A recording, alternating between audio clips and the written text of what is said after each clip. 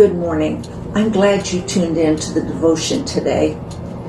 I hope by the time it's over that you will hear some words of encouragement. The theme of our devotion is hearing voices. In John chapter 10, Jesus said, "My sheep hear my voice."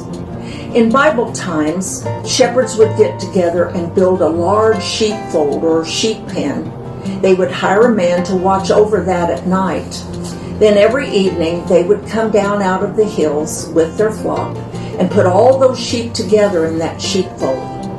Early the next morning, they would go to the sheepfold, and one shepherd at a time would go to the door and call out his sheep. And then the miracle. His sheep, and only his sheep, would come and follow him. Now, how did that happen? Well, those sheep knew their shepherd's voice.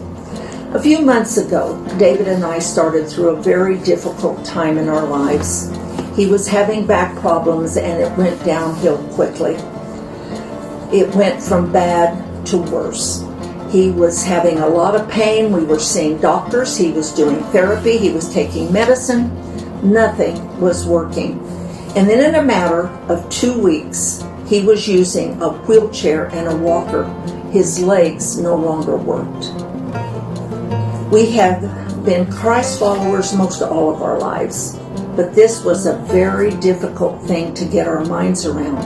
It happened so quickly, and we started hearing voices.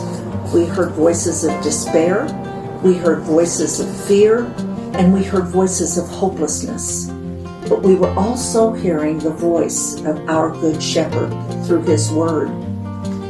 2 verses really helped us. They were in Isaiah 41. Verse 10 said, "Fear not, for I am with you. Be not afraid, for I am your God. I will strengthen you, I will help you, I will uphold you with my righteous right hand."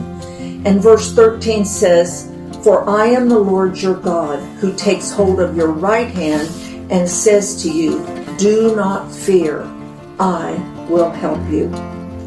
A few weeks later, a woman came to our door one day with some political literature.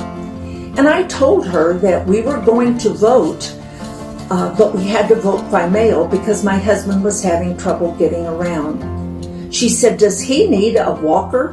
She said, "My church sponsors his Helping Hands, and we get lots of walkers." I said, "Well, we have a walker.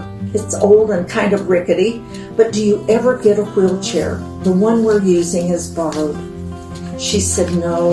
She said, "We very seldom get a wheelchair, but if we do, I'll remember you." 45 minutes later, our doorbell rang. It was the same lady. She had a big smile on her face, and in front of her was a walker and a wheelchair. She said that wheelchair came in just minutes before she got back to Helping Hands to work for the day. She'll never know how much she helped us. We heard our Good Shepherd saying loud and clear, "I will help you. I am in control." I don't know where you are today, and I don't know what voices you are hearing, but I want to encourage you to listen to the voice of your Good Shepherd. I'm reminded of the Gaither song that says, "Hold on, my child, joy comes in the morning." Your Good Shepherd is saying, "You are cherished, you are loved, and you are my child." Thank you.